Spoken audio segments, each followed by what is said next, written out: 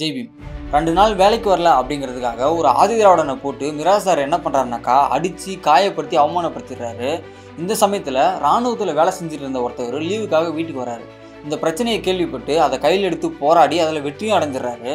சிதம்பரத்தை சுற்றி இருக்கிற பகுதியில் இருக்கிற ஆதிதிராவிட மக்களால் தலைவராகவும் ஏற்றுக்கொள்ளப்படுறாரு.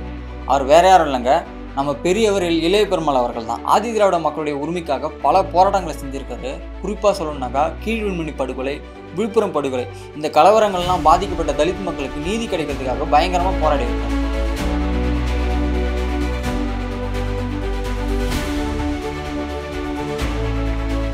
கடலூர் மாவட்டம் சிதம்பரம் பக்கத்தில் இருக்கிற காட்டுமன்னார் கோயிலில் ஜூன் 26, 1924 நம்ம இளைய பெருமாள் அவர்கள் பிறக்கிறாரு. இவர் தொடக்க காலங்களில் பார்த்தீங்கன்னாக்கா கூலி உயர்வு, தீண்டாமை ஒழிப்பு, இழித்தொழில்கள் ஒழிப்பு இது எல்லாத்தையும் எதிர்த்து பல போராட்டங்கள் செய்ய ஆரம்பிக்கிறாரு. 1946 ஆதிதிராவிட நலச்சங்கம் அப்படிங்கிற ஒரு அமைப்பு உருவாக்கி சுற்றி இருக்கிற பகுதிகளில் தன்னுடைய சமூக பணிகளை செய்ய ஆரம்பிக்கிறாரு. இப்படியே சிதம்பரத்தை சுற்றி இருக்கிற எல்லா பகுதிகளிலுமே மிகப்பெரிய தலைவராக உருவெடுக்கிறார். இந்தியாவினுடைய முதல் நாடாளுமன்ற தேர்தல் 1952 அறிவிக்கப்படுது. அப்போ நடைமுறையில் இருந்த இரட்டை உறுப்பினர் தொகுதியில் போட்டியிடுறதுக்கு பொருத்தமான ஒரு தலித் தலைவரை காங்கிரஸ் கட்சி தேடிட்டு இருந்துச்சு. சிதம்பரத்தில் பலராலும் அறியப்பட்டு பரவலாக பேசப்படக்கூடியவராக இருந்த இளைய பெருமாள் அவர்களை தேர்ந்தெடுத்து அவரை வேட்பாளராக நிறுத்துறாங்க. அதில் இளைய பெருமாள் அவர்கள் வெற்றியும் பெற்று தன்னுடைய 28வது வயதிலேயே நாடாளுமன்ற உறுப்பினராகவும் ஆயிடுறாரு. 1952 1967 வரைக்கும் 3 முறை நாடாளுமன்ற உறுப்பினராக இருக்காரு. அதற்கப்புறமா 1980 எழும்பூர் சட்டமன்ற உறுப்பினராக தேர்ந்தெடுக்கப்பட்டு வேலை செய்கிறார். 1955 தீண்டாமை ஒழிப்பு சட்டம் நடைமுறைக்கு வந்ததுக்கு அப்புறம் கூட இந்தியாவில் எல்லா இடங்கள்லையுமே இந்த தீண்டாமை கொடுமை நடந்துட்டு தான் இருந்துச்சு. அதனால இந்திய அரசு என்ன பண்ணுறாங்கனாக்கா 1965 இளைய பெருமாள் தலைமையில் ஒரு 8 பேர் கொண்ட ஒரு குழு ஒன்று ஆரம்பிக்கிறாங்க. இந்த குழுவினுடைய பேர் என்னன்னாக்கா இளைய பெருமாள் தீண்டாமை ஒழிப்பு கமிட்டி.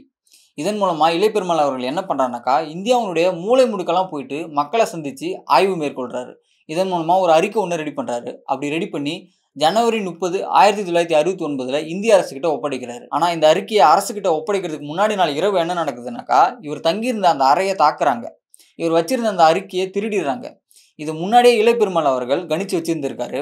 அதனால் என்ன பண்ணுறாருனாக்கா நாடாளுமன்ற உறுப்பினர் ரா செழியன் அப்படிங்கிறவர்கிட்ட இந்த அறிக்கையினுடைய ஒரு நகலை கொடுத்து வச்சிருக்கிறாரு.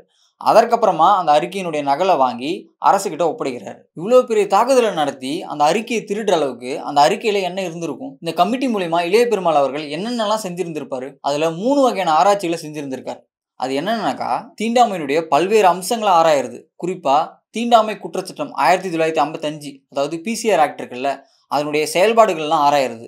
பட்டியல் சாதி மக்கள் கோவில்கள் மாதிரியான பொது இடங்களில் அனுமதிக்கப்படாமல் இருந்தாக்கா அதை நீக்கிறதுக்கான வழிகள்லாம் என்னென்ன அப்படிங்கிறத பரிந்துரைக்கிறது. அதுக்கப்புறமா பட்டியல் சாதி மக்களுடைய பொருளாதார பிரச்சனை, அப்போதைக்கு இருந்த திட்டங்கள்லாம் எப்படி செயல்பட்டுச்சு, அதனுடைய தாக்கங்கள்லாம் என்ன அப்படிங்கிறதெல்லாம் ஆராய்ச்சி அதுக்கு தேவையான வழிமுறைகள்லாம் பரிந்துரைக்கிறது. அதுக்கு அடுத்தபடியாக பட்டியல் சாதி மக்களுடைய கல்வி பிரச்சனை, பட்டியல் சாதி மக்கள் கல்வியில் எவ்வளவு முன்னேற்றம் அடைஞ்சிருக்கிறாங்க, அதுக்கு தேவையான நடவடிக்கைகள்லாம் என்னென்ன அப்படிங்கிறத பற்றியெல்லாம் பரிந்துரைக்கிறது. இதை தாண்டி அரசு பணிகளில் பட்டியல் சாதி மக்கள் எந்த அளவுக்கு இடம்பெற்றிருக்கிறாங்க அப்படிங்கிறதையும் ஆராய்ச்சி இளைய பெருமாள் அவர்கள் சொல்கிறாரு. தமிழ்நாட்டில் செயல்படுத்தப்பட்ட மதிய உணவு திட்டத்தை முன்மாதிரியாக வச்சு இதே மாதிரியே எல்லா மாநிலங்கள்லையும் இந்த மதிய உணவு திட்டத்தை கொண்டு வரணும், இந்த மதிய உணவு திட்டத்தை எல்லா சாதி மாணவர்களுக்கும் கொடுக்கணும் அப்படின்னு சொல்லிட்டு பரிந்துரைக்கிறாரு. சில மாநிலங்களில் ஆரம்ப கல்வி கட்டாயமாக்கப்பட்டிருக்குது. ஆனால் அந்த மாநிலங்களில் பட்டியல் சாதி பிள்ளைகள் அதிக அளவில் முன்னேற்றம் அடைஞ்ச மாதிரி தெரியல. அதனால என்ன பண்ணணும்னாக்கா இந்த ஆரம்ப கல்வியை கட்டாயமாக்கினா மட்டும் போதாது, பட்டியல் சாதி மக்களை ஊக்குவிக்கிற விதமாக அவங்களுக்கு இலவச மதிய உணவு திட்டமும் அதே போலவே இலவச நோட்டு புத்தகமும் வழங்கணும் அப்படின்னு சொல்லிட்டு பரிந்துரைக்கிறார். தமிழ்நாட்டில் கிராமங்களை ஒட்டி இருக்கிற பகுதிகளில் போதுமான அளவு பள்ளிகள் இல்லாமல் இருக்கிறது பெரும் தடையாக இருக்குது அப்படின்னு சொல்லிட்டு சுட்டி காட்டுறாரு. அதே போல் பள்ளிகளும் கல்லூரிகளும் தலித் மக்களால் நடத்தப்பட அனுமதிக்கப்படுறதில்லை அப்படின்னு சொல்கிறாரு.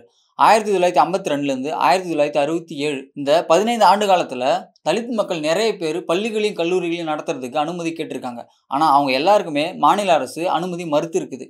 பட்டியல் சாதி மக்களுக்கு மட்டும் ஏன் அனுமதி மறுக்குது, மற்ற சாதியினருக்கு ஏன் அனுமதி கொடுக்குறாங்க அப்படின்னு சொல்லிட்டு கேள்வி எழுப்புறாரு. பட்டியல் சாதி மாணவர்கள் தொழில்நுட்ப கல்லூரியில் அதிக அளவில் சேராததுக்கான காரணம் என்ன அப்படிங்கிறத ஆராய்ச்சி அதுக்கான பரிந்துரைகளை அரசுக்கு இளைய பெருமாள் அவர்கள் வைக்கிறாரு. அதன்படி அனைத்து தொழில்நுட்ப கல்லூரிலையும் எஸ்சி மாணவர்களுக்கு 15%, எஸ்டி மாணவர்களுக்கு 5% இடஒதுக்கீடு வேணும் அப்படின்னு சொல்லிட்டு கேட்குறாரு. அதே போலவே சேர்க்கைக்கான தகுதி மதிப்பெண்ணில் 5% குறைக்கப்படணும் அப்படின்னு சொல்றாரு. அதன்படியே கல்வி அமைச்சகம் என்ன பண்ணுறாங்கன்னா ஒரு சுற்றறிக்கையை வெளியிடுறாங்க. ராஜஸ்தானில் இளைய பெருமாள் அவர்கள் தன்னுடைய குழுவோட ஆய்வு பயணம் செஞ்சுட்டு இருக்கப்போ தத்தெடுத்தல் முறை அப்படிங்கிற ஒரு மோசடியை கண்டுபிடிக்கிறாரு. அந்த தத்தெடுத்தல் முறை அப்படின்னா என்னன்னாக்கா, எஸ்சி எஸ்டி அல்லாத மாணவர்கள் எஸ்சி எஸ்டி பெற்றோர்களால் தத்தெடுக்கப்பட்டதா மேஜிஸ்ட்ரேட் ஒரு சர்டிபிகேட் வாங்கிட்டு பொறியியல் மருத்துவம் கல்லூரிகள்ல இந்த எஸ்சி எஸ்டி மாணவர்களுக்காக ஒதுக்கப்பட்டிருக்கிற இடங்கள்ல அவங்கள சேர்த்துக்கிற ஒரு வழக்கம் இருந்துட்டு வந்துச்சு. இந்த மோசடி பத்தி இளைய பெருமாள் அவர்கள் விசாரிக்க ஆரம்பிக்கிறாரு. மருத்துவக் கல்லூரிகள்ல 28 இடங்கள் எஸ்சி எஸ்டி மாணவர்களுக்குன்னு ஒதுக்கப்பட்டிருக்கு. அதுல 16 இடங்களை சாதி இந்துக்கள் கைப்பற்றி வச்சிருந்திருக்கிறாங்க. இதுல இளைய பெருமாள் அவர்கள் தலையிட்டு இந்த வழக்கத்தையே முடிவுக்கு கொண்டு வராரு. 1961 கணக்கெடுப்புல பட்டியல் சாதி பெண்கள்ல வெறும் 3.6% பேர் தான் படிச்சவங்களா இருந்தாங்க. அதே சமயத்துல சாதி இந்து பெண்கள் 13% படிச்சவங்களா இருந்தாங்க. இதை பார்த்து இளைய பெருமாள் அவர்கள் என்ன சொல்றாருனாக்கா, மாநில அரசுகள் பெண் கல்வியில அதிக முக்கியத்துவம் தரணும், அவங்களுக்கு முன்னுரிமை கொடுக்கணும் அப்படின்னு சொல்லிட்டு வலியுறுத்துறாரு. பாபா சாஹேப் அம்பேத்கர் அவர்கள் வலியுறுத்தின தனி வாழிடம், அதாவது செப்பரேட் செட்டில்மெண்ட் அப்படிங்கிற கோரிக்கையும் ஆதரிச்சு இளைய பெருமாள் அவர்கள் பேசியிருக்கிறார். சமூக ரீதியாக பிரிச்சு வைக்கப்பட்டிருக்கிற தலித் மக்களை தனியா குடியமர்த்ததன் மூலமா அவங்க சாதி இந்துக்களை சார்ந்து வாழ வேண்டிய தேவை இருக்காது அப்படின்னு சொல்லிட்டு பாபா சாஹேப் அவர்கள் சொல்றாரு. இதை ஆமோதிச்சு பேசுற இளைய பெருமாள் அவர்கள் தொடர்ந்து என்ன சொல்றாருனாக்கா, இப்படி அமைக்கப்படுற கிராமங்கள்ல இருக்கிற மக்கள் பொருளாதார தன்னிறைவு கொண்டவர்களா இருக்கும்படி செய்யணும், அதுக்கு குறைஞ்சபட்சம் 20 கோடியாவது ஒதுக்கீடு செய்யணும் அப்படின்னு சொல்லிட்டு வலியுறுத்துறாரு. இந்த மாதிரியே 1946ல சிதம்பரத்துக்கு பக்கத்துல இருக்கிற ஒரு கிராமத்துல பட்டியல் சாதி மக்கள் மீது சாதி இந்துக்கள் தாக்குதல் நடத்துறாங்க. அப்போ இளைய பெருமாள் அவர்கள் என்ன பண்றாருனாக்கா, அந்த பட்டியல் சாதி மக்களை அங்கிருந்து பிரிச்சு கொண்டு வந்து தனி கிராமத்துல குடியமர்த்துறாரு. இதன் மூலமா பாபா சாஹிப் சொன்ன இந்த தனி வாழிடம் என்ற கோரிக்கையை நடைமுறைப்படுத்தவும் செய்யறாரு. இதுக்கப்புறமா இந்திய மனித உரிமை கட்சி அப்படிங்கிற பேர்ல ஒரு கட்சியை தொடங்குறாரு. 1989ல இருந்து பல தேர்தல்களில் இந்த கட்சி போட்டியிட ஆரம்பிக்குது. 1991ல 2 சட்டமன்ற தொகுதிகளையும் ஜெயிக்குது. தமிழ்நாடு அரசு இளைய பெருமாள் அவர்களுக்கு அம்பேத்கர் விருது அறிவிக்குது.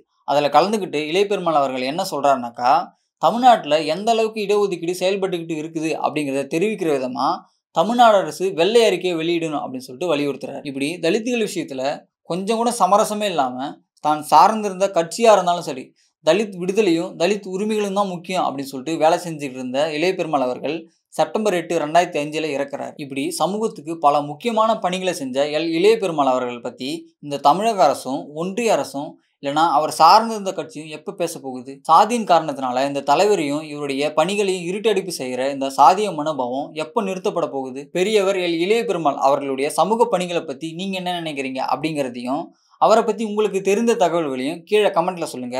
இவரை பற்றி தெரிஞ்சுக்க வேண்டிய உங்கள் ஃப்ரெண்ட்ஸுங்களுக்கு இந்த வீடியோவை ஷேர் பண்ணுங்க. மறக்காம லைக் அண்ட் சப்ஸ்கிரைப் பண்ணுங்க. ஜெய் பீம்.